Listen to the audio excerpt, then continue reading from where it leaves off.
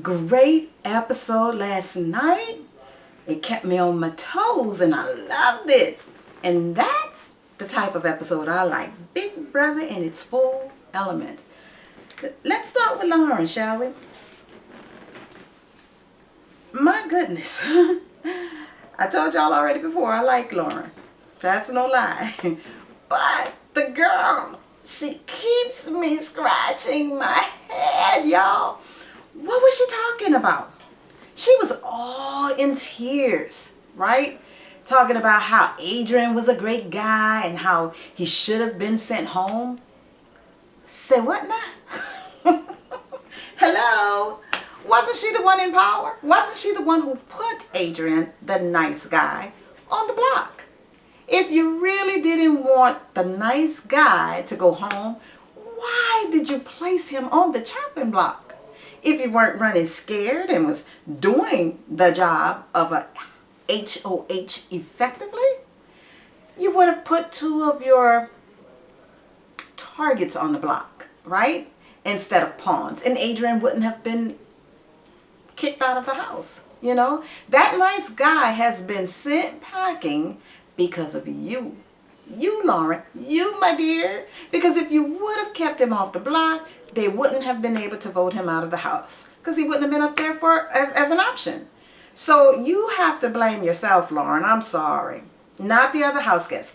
They did the right thing based on what they thought was best for their game, just like you putting two pawns up was done because you thought that was the right thing for your game.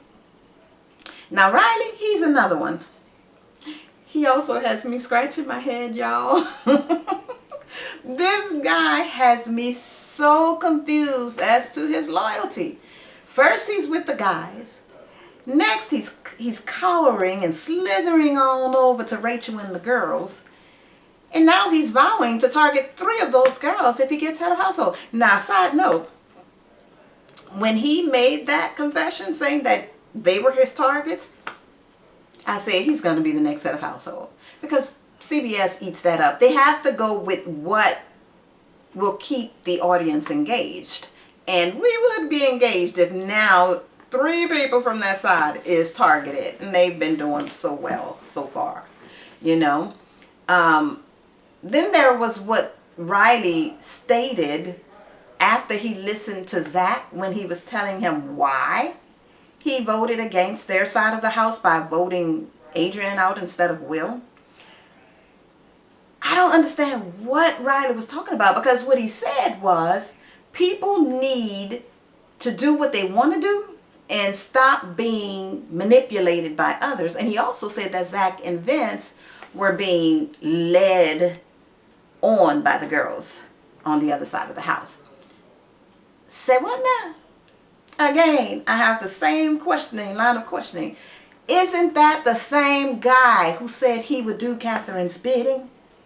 Isn't he the same guy who said I would use the veto on Catherine even if I'm sitting on the block next to her? I ask you, who's being manipulated? Who's being led by a girl in the house? Boy, bye.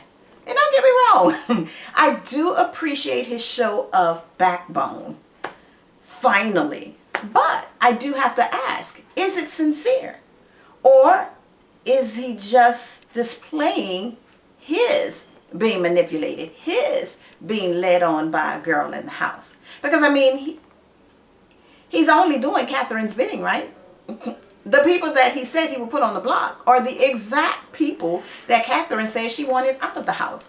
So I just don't know if what he plans to do is what he wants to do, or if it's what Catherine, a girl, wants to do.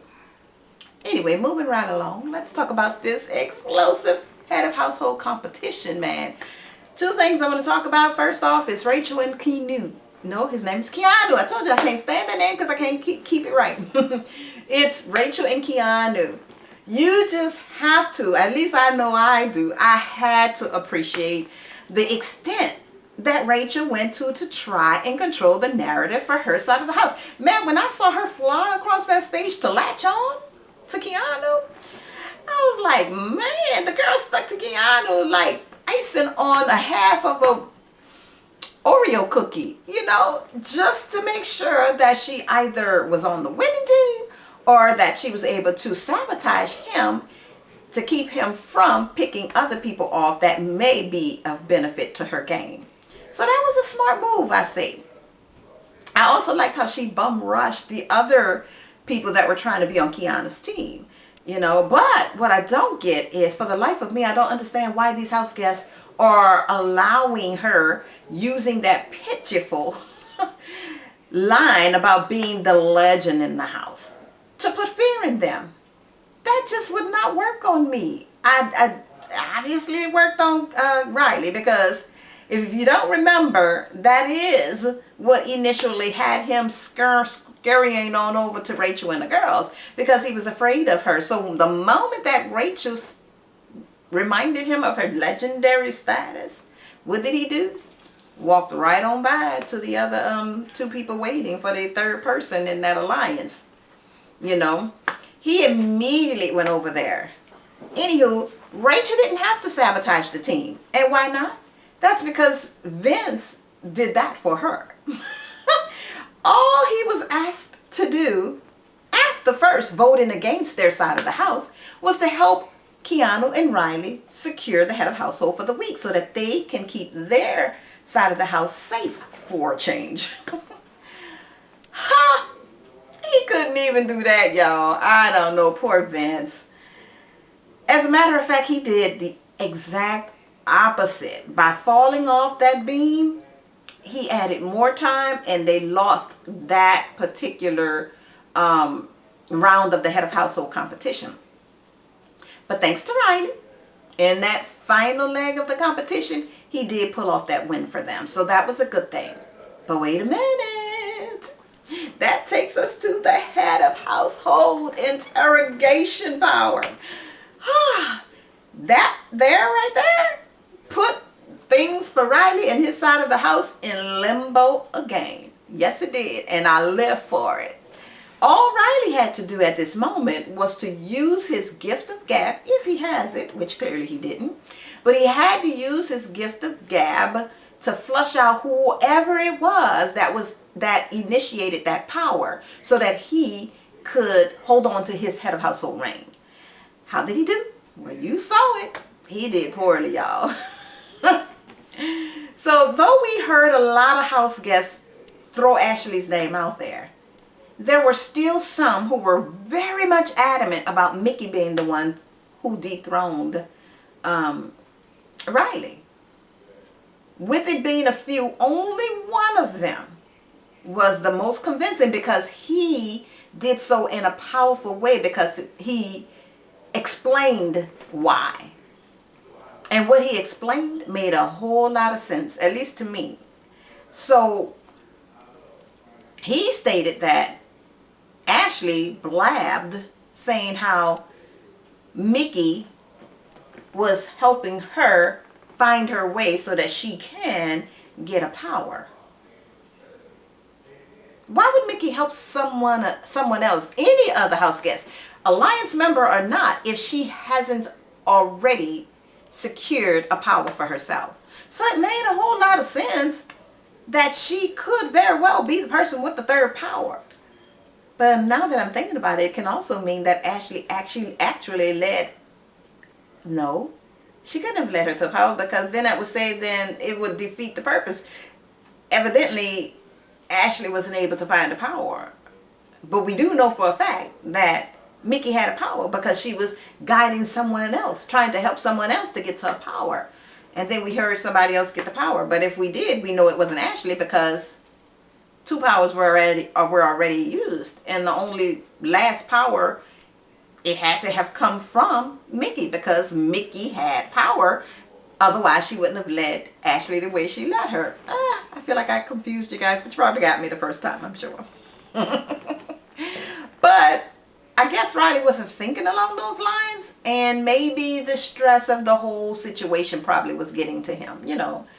I can understand that, along with the fact that he was already sold on the fact that it was Ashley, as well as the demeanor of Ashley when he was interrogating her. And I can't lie. If that's all I had to go on, the interrogation with Ashley, I probably would have thought that it was Ashley as well, because the girl was so suspect the way she was acting, all that laughing, and she just seemed deceptive the way she was responding to him and everything. I don't know. So maybe I'll give him that one. While he was interrogating other house guests, Catherine in the living room was being none other than Catherine. She decided to go ahead and pick on Ashley for some reason, asking her, "Are you just happy about this turning into a really bad day for Riley?" How dare she? Questioning somebody else about what they're doing in their game. But I do appreciate Rachel, because she jumped in to defend Ashley. And when Catherine asked Rachel, "Do you have to speak for Ashley?" Rachel could have came up with something different other than, "You need to sit down." Catherine politely told her, "I'm already set," which was true. What she should have said to Catherine was, "I'm not speaking for her, but I am getting involved because you're attacking someone over something you assume. No one is attacking Riley, so do you have to speak for him? A grown man?" A grown man, by the way. Because right now, the only thing that's happening in this house in this moment with this scenario is that people are playing the game. It involves what should be happening. People playing the game that they were selected to play. So you need to grow up, little girl. And if Riley has a problem, he needs to grow up as well. And then she should have just dropped the mic. That's all she needed to do. So after Riley finished talking to everybody, based on his little interrogations, it seemed likely to me that he would choose to accuse Mickey. And that's because of what Vince had said. Vince was very convincing to me. It made a whole lot of sense. But instead, Riley chose to accuse Ashley. But baby, when he asked the accuser, when he asked the person who dethroned him to stand up, he was so anticipating Ashley to get up, man. I saw it in his face. He was like, "Please stand up. Let me be right." But when Mickey stood up, he couldn't help it. He was just so upset that he told an outright lie. He told an outright lie. And I don't blame him for that. Because it was just his anger. He was expressing anger. I would be a little bit upset too, because that's my game. And I had it wrong. But I would be upset with myself, not anybody else in the house. Why get so angry that you lie on the girl and say that he actually said that Mickey lied to his face. Mickey did not lie to his face. Absolutely not. That is a total lie. Mickey did not lie to his face. She did no such thing because, for one, Riley never even asked her a question. The only thing Riley did was mention to her what Ashley has said about hearing that he was targeting the three of them, Mickey, Ashley, and Morgan. And Mickey agreed and said, "Let me be honest, I heard the exact same nominations, supposed nominations." So, and then thereafter, the only thing that Riley did was make statements. He was making statements such as, "I'd just like to know." He didn't come out and say, "Are you the one who dethroned me?" And even with the statements that he made, Mickey never replied to any of it. She didn't offer any information. What I can say is that what Mickey did say right before she left Riley's room was that she said, "Don't take it personally." If anything, Riley could have taken that as her admitting to be the one who had dethroned him. But he didn't. So he just didn't handle that situation the way it should have been handled from the very beginning. He wasn't a good interrogator. He wasn't listening. He wasn't asking the questions that he needed to persistently with each and every one of the house guests. If he would have done that, maybe he would have got a little bit more. And of course, you can't just ask the question. You have to listen. So clearly, he wasn't listening to Vince when Vince gave his explanation. And I feel like he should have been listening to Vince, because Vince is the first one that went in the room, and Vince was the only one that gave a logical explanation. Well, I should say an explanation at all. Everybody else didn't give an explanation. If they did offer something, it was something so minute that, or general, that it didn't even make sense, to consider. But like I said, I guess it was based on how he already felt. He probably was already biased. He probably already just had in his mind that it was Ashley who had the power. I don't know. So what I can say in ending this is that he failed to realize that they're only playing a game. True enough, it's for $750,000, but it is what it is. It's a game. It's not real life. Yes, it affects your real life, but what happens in a game is not real life. It's a game of which each house guest has the exact same goal: to walk away with that $750,000. So you can't try to blur the lines as if any other house guest that's in there owe you anything for the actions that they take or that they don't take for the better of their own game. You just can't do that. And I think all of the house guests need to keep that in mind moving forward and stop blowing up like that and showing so much emotion about, oh, you got to pay for this, or you this and you that, and this is my life. You got... It's everybody in that game. They plan for their life, their own personal reasons for winning that $750,000. So you just have to be better at it than them, and then you'll come out on top as the winner of Big Brother 27. But until then, that's all I have for now, peeps. And until my next video, happy Big Brother 27 viewing. Bye.